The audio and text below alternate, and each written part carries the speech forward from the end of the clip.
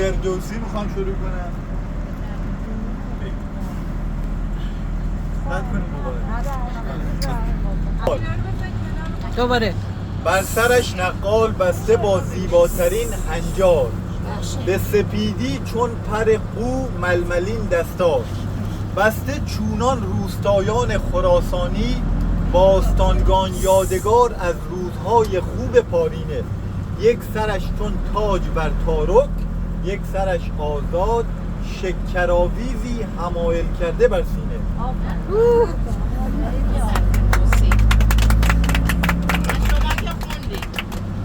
بخونم دوباره. این وصفی بود که اخوان ثالث در وصف فردوسی و این لباس خراسانی فردوسی گفته.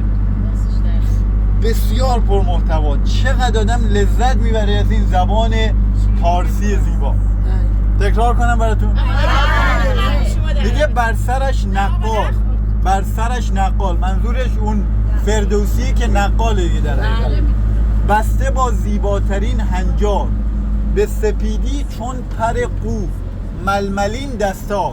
ببین واژه ها رو چقدر قشنگ کنار هم آورده.